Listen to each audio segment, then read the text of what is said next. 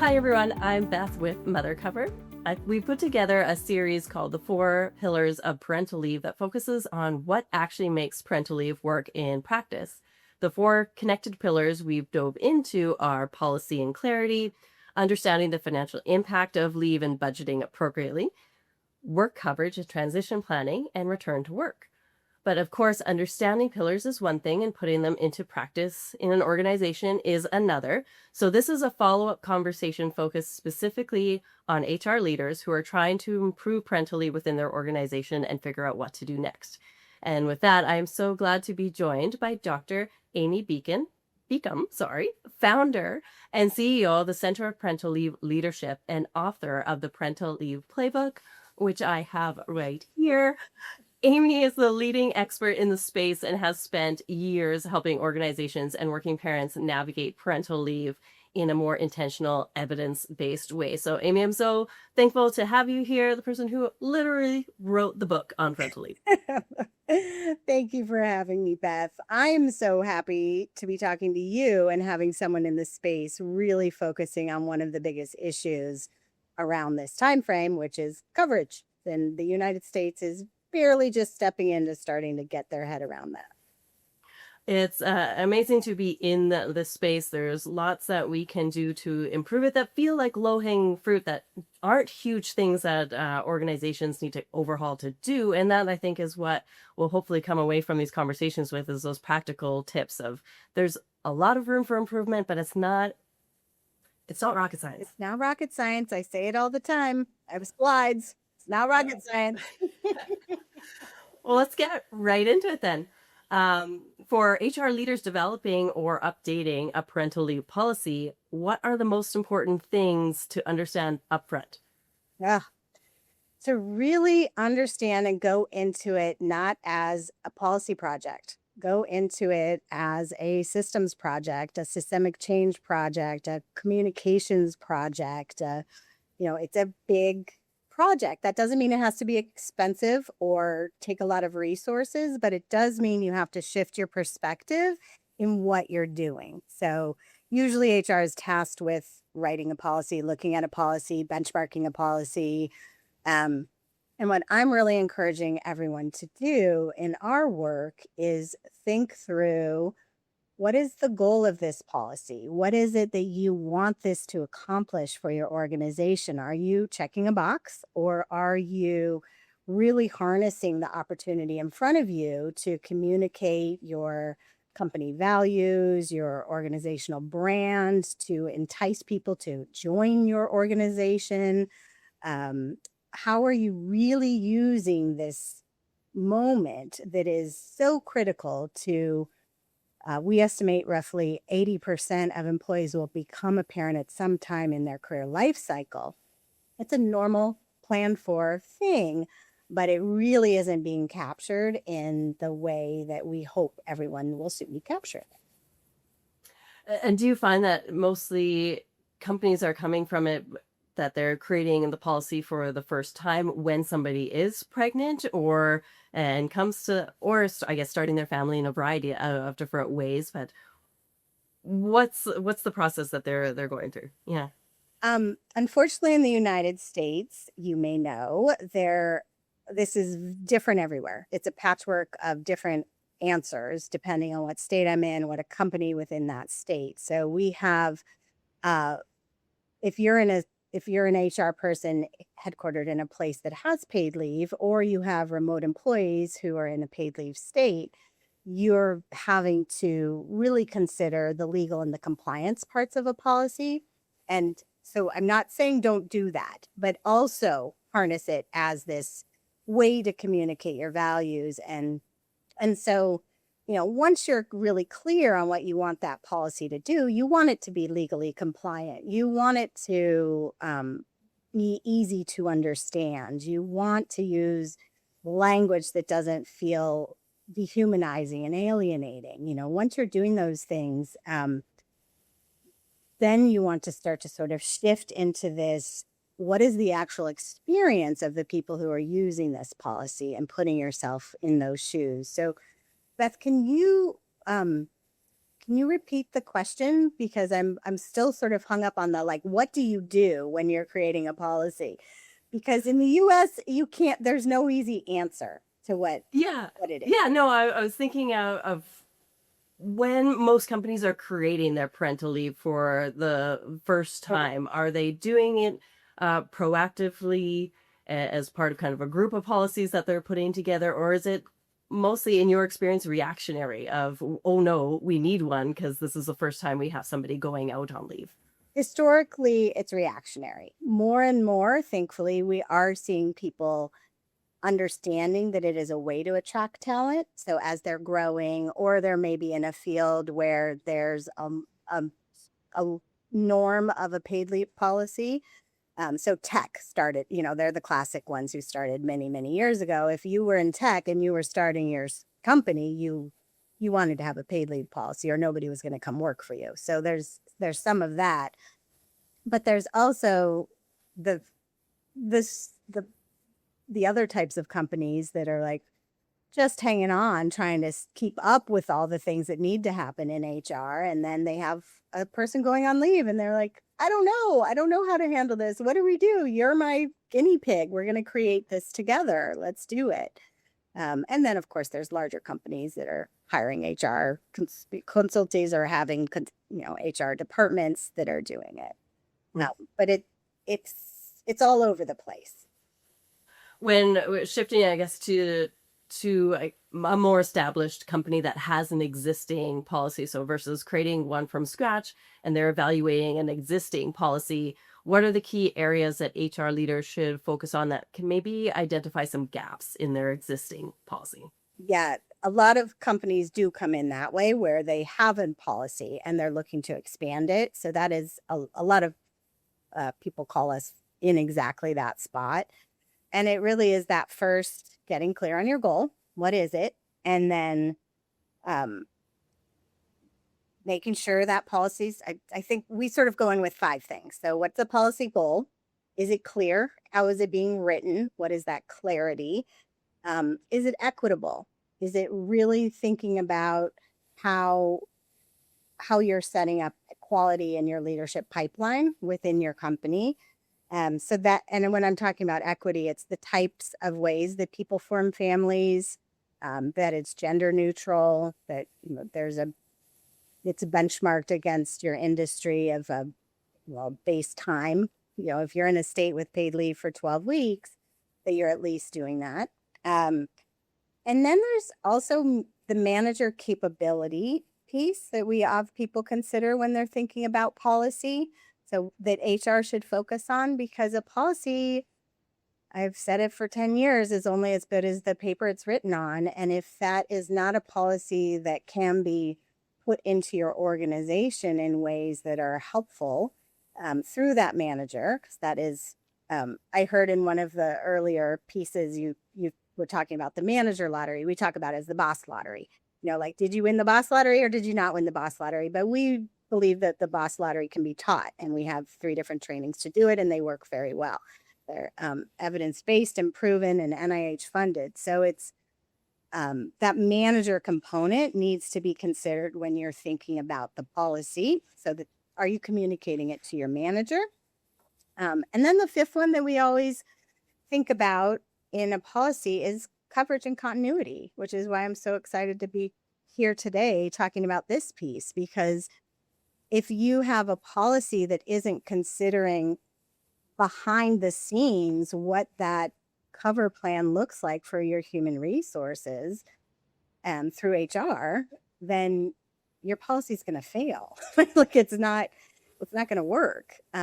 So that's sort of a different answer than you may expect, because I'm not saying what do you focus on. You put these things about pay and compliance, and I'm really working to get people within HR, and some of them do it really beautifully, to think of this again as this systems opportunity, and how is this policy going to be enacted into your organization?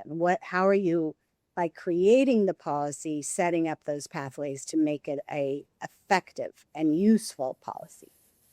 That's perfect, and exactly what we want these conversations to be about, is really how to transform policy into practice, a policy alone that people don't feel safe to take, don't feel supported, don't understand, Yeah. I said, is not Doesn't worth work.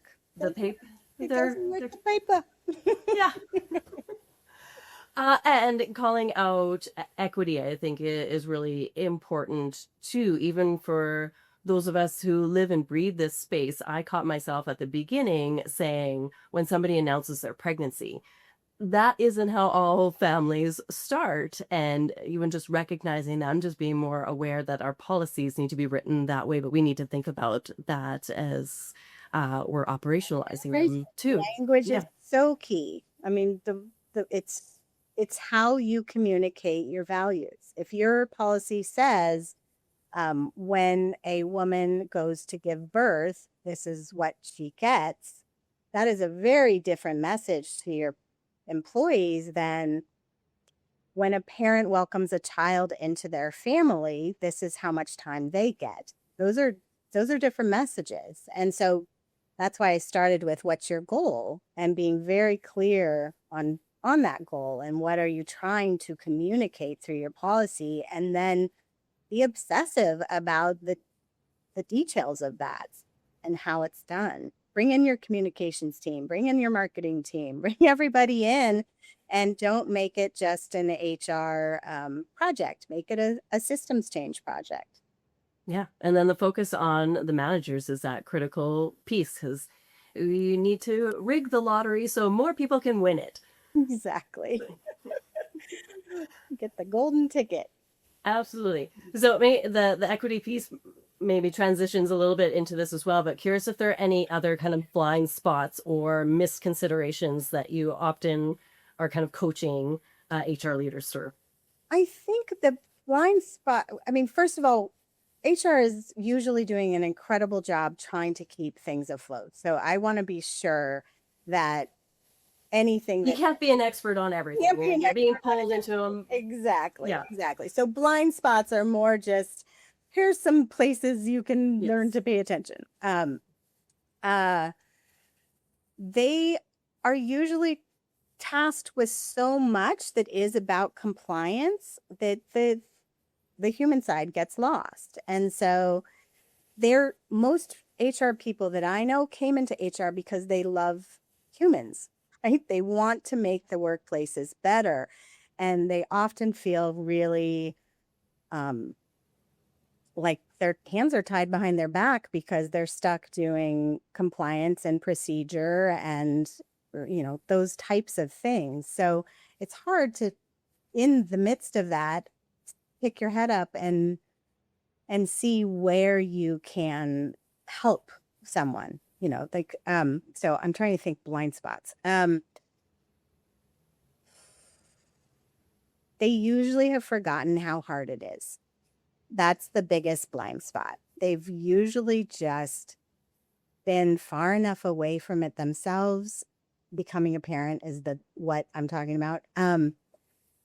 Or they did it even 5, 6 years ago when it was easier. I mean, this is so incredibly hard now. The stress on these parents and the financial burden and the organizational burden is it's bigger than anything I've seen in the 20 years I've been doing this. And so that's not so much a blind spot as just they're not living it. And so really understanding and becoming curious about what it is like for employees right now, creating employee surveys, having conversations with people, really keeping that line of communication open and understanding that even if they work their tail off to do a policy 3 years ago, that policy today may already be outdated. This is constantly changing, and the expectations of the employees coming in from just the demographics of it are also changing. So what might have been okay in the US 6 years ago to have a policy that was unequal between males and females is not. It's not okay anymore. Those dads have an expectation that they are going to have that equal time. And I'm not talking about all places in the US because it's a it's a vast country with very different places, but in places where there is paid leave or there's attempts at paid leave, that is a gender neutral need, right? An expectation. So I think those are the places where I see HR being like, wait a minute, we just did this, or hey, we just expanded this to 8 weeks. Why is everyone talking about 12? Or why we have 8 weeks for moms and 2 for dads? They didn't have anything a year ago. Why are they complaining now? Like that kind of thing. Just being in there in the experience of the stakeholders. Thank you for that.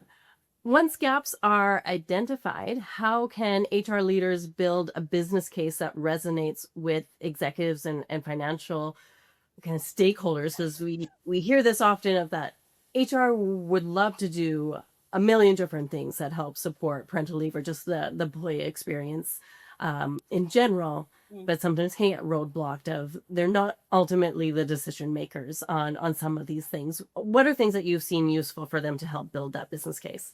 I hope that most HR understands just baseline that it's very expensive to, like there is a business case out there. We know that it costs 50 to 200% to replace an employee. We know that people are leaving 12 to 18 months after coming back from leave in much higher numbers. Like there's a massive business case that's easy to find. So that is, to me, just a baseline. The more important thing is understanding.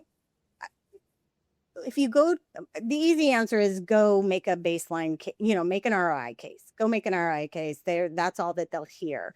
I haven't actually found that to be the only thing that's important. I think it's more about understanding leadership and understanding organizational goals. So for some, I am happily surprised with how many organizations come to us because they're approaching this from a humanistic perspective, not a business case perspective.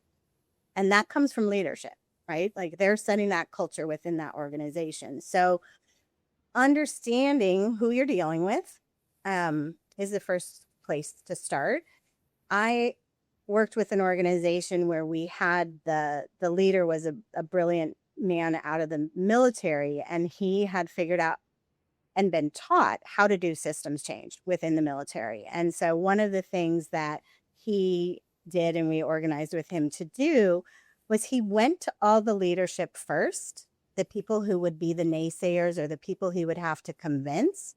And, he was the chief HR officer, so he could, but if you're not, you can get someone to, and find out what their problems are with it. Get some pre-con, what is that called? Like pre-con? Recon, some recon. And find out what they want and where those barriers might be, because then you have something to address. If I've got 5 people I need to convince of this policy that I know is going to be better for the company. And I know that 2 of them are worried about money, and 1 is worried about cover, and 1 is worried about those people are going to go have their babies and leave anyway. Then you know what you're creating that conversation for and who you need to convince and how. And then you craft it that way. So, you can show them then, no, people don't leave. 4% of people don't come back to work and stay home with their baby. The 36 other percent or 32 other percent that leave are going to your competitor. Like that's a very expensive proposal, right? Like that. Yeah. Then they're going because they didn't have a great and they're leave going experience. because they didn't have a good leave experience. So you're crafting the ROI to what needs to be heard. So I'm just saying back it up a bit and don't just think, oh, I just need to tell them how much, whatever. To save. Yeah, everybody has different kind of motivations and lenses through which they hear things. So I think that's really valuable advice. Instead of making kind of assumptions on how you need to sell it and pitch it, understand those objections up front. And they might tell you different things when you're having a one-on-one conversation than you might say in a presentation. So they will tell you different things than in a presentation. So it's really helpful. And if you make them look good, somehow make them look good. Everybody wants to look good. So make them look good, like tie it to something wonderful they're doing. And oh, it's building on this thing that they're doing. And then you're just reminding me that the other thing is understand what your organization and these particular leaders are tracking. What are they measuring? Are there DEI goals? Are there productivity goals? Are there, like, what is being tracked? And build that tracking into your recon and your presentation. Tie your metrics to that as well. Now, be as data driven as you can be. Yeah. And values driven. So yes, to tie it to your values too. It's funny because everyone thinks that this data-driven approach is really the thing, but I think I would have to go back and like actually do the analysis, but I think I have more people who have been successful passing different policies in their organizations, leading with the human case, talking about the administrator or personal assistant, who I'm thinking of one person in particular, an assistant who didn't have leave because only the top people in the org had leave, and she was going to be out and she was going to have to leave the company because she couldn't have paid leave. And bringing those personal stories to that presentation and of particular people within your organization, that is, it's the bold. Like, that's the thing that I've really seen move the needle.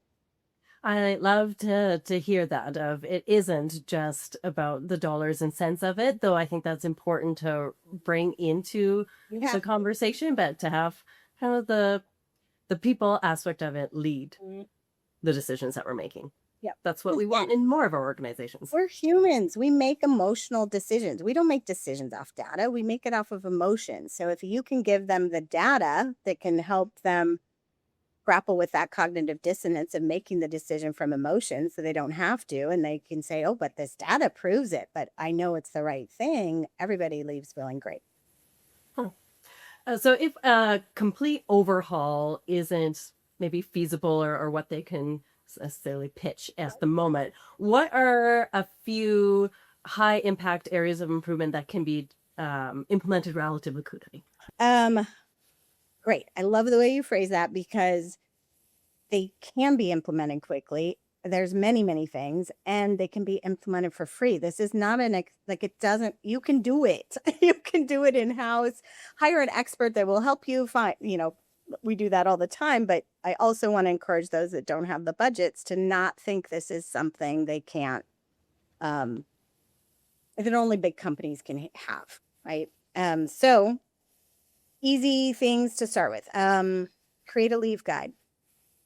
We at the Center for Parental Leave Leadership and Retain Coaching Institute, we use the Retain methodology, which is a 3-phase framework. So just briefly for everyone, because this is the way I have so many years of knowing this is the thing that works. So we have 3 phases: preparing for leave, during leave, and returning from leave. If you start to think of all of this from that lens, it becomes less overwhelming. It gives you manageable chunks of a very important personal and professional life cycle transition, right? But if you're doing, what do we need to do for preparing for leave? What do we need to do during leave? What do we need to do for returning from leave? And having that be in a leave guide, not a policy document, but a guide. So for us, we know over 10 years of research, there's 10 critical moments that have an oversized impact on that employee leave experience, however it's handled between them and their manager. So all of our work and all of our coaching has to do, and we have a tech hub with the, education and training. That all is based on this idea that there's these 10 moments that if you do them well, lead to a positive experience. If you do them poorly, it leads to a bad experience. And they're easy. So that leave guide, if you think about it, from announcement to that ongoing access to career development is the last one. So first one, announcement, ongoing career development. There's these talk to them. Have this guide be checklists and a roadmap in their hands of how to navigate through what needs to be done when. And that's a combination of those legal and compliance and insurance and, all of those pieces with really helpful, useful info. Like, are you coming back and pumping and breastfeeding? Here's how you do it.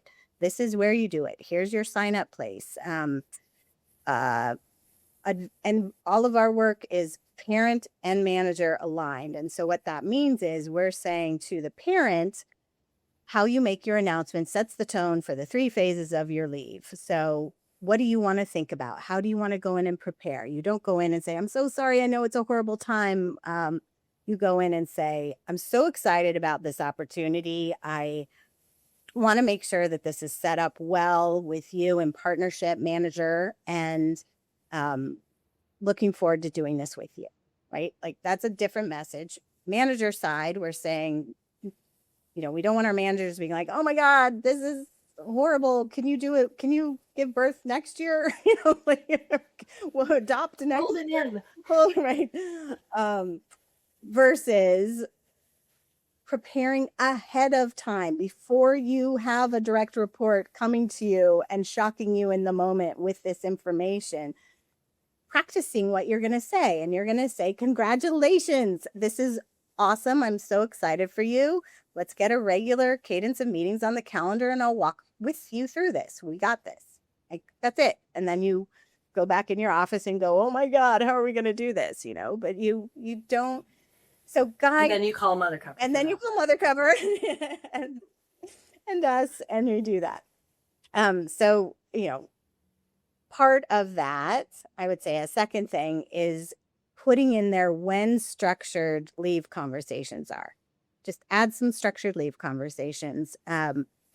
We do that through this very organized way of aligning these meetings, but you can just say you have a pre-leave planning meeting, and in that meeting, you're creating your offboarding plans, you're creating the first drafts of your return plans. I very frequently say the best way to prepare for leave is to plan your return. And I mean that very real. Like, think about that end state from a manager perspective and a parent perspective that you want, and then build to it. You just build to it. So get those checklists. And then one for that middle area, but you're still doing this all in the planning phase. We want to front load everything so that return is easy. Designate a leave of, a point of contact for that person going on leave. Who is that person that can field questions, knows how to reach out to them, is someone they're close with so they can feel comfortable if things aren't going well and they need somebody to talk to about how do I handle this thing while I'm away, that can tell the announcement back to the team that the child has been welcomed into their family. All of those things are very easy, free things to do, but they create structure and process and procedure and clarity. And that's what everybody needs. I love all of that. And I think those are the really actionable tips of how to make something feel like a practice instead of just where we think of a policy from a legal and compliance standpoint of you're just looking at how much time do I have and do I get paid or not. This takes it so much further of having almost like a Sherpa take you through what it's like to go through leave. Almost like a retained coach, which is what it is. Yes, exactly. Amazing. Well, Amy, this has been incredibly helpful. I think this gives HR leaders a much clearer picture of what it actually looks like to move from good intentions to practical action. So thank you so much for sharing your perspective and for helping connect the dots between the 4 pillars and what the real work of parental leave looks like inside of organizations. So thank you so much. It's my pleasure. Thank you for having me.